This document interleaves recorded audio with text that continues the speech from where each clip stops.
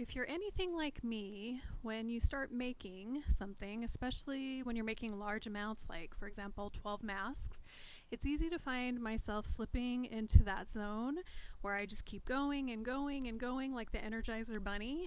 And while it feels great at the time, usually when I stop, my body reminds me that I've been ignoring it. So I want to encourage you to think about making time for movement during your making.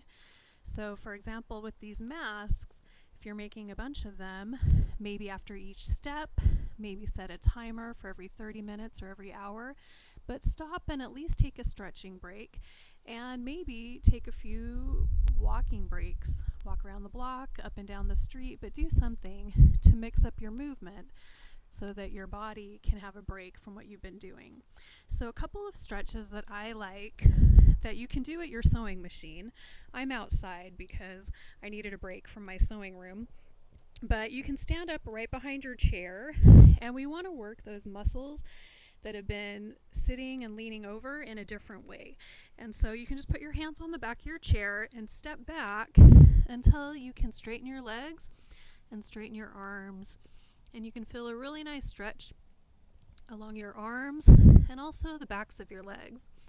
And you can stay here for 10 or 15, 20, 30 seconds, whatever feels comfortable. Feel free to hang out there as long as you would like, and feel some of that tension maybe in your shoulders from when you've been sewing. And then you can stand up. And another one that I really like to do, because your foot's been on the pedal and you've been pushing forward that way, is you can use your chair again and bring one of your feet behind you and do a top of the foot stretch. So put your toes down so you can feel the front of your foot stretching out. And once again, 10, 20, 30 seconds, whatever feels good. And then you can do it on the same thing on the other side. If you want to, you can move that foot around a little bit, whatever's comfortable. And then the last thing that I would suggest is your hands and arms have been working hard. And so we've been doing a lot of this, so why don't we do some of this? So just take one of your hands and pull your fingers towards you with the other hand. And then I like to flip and do the other direction as well.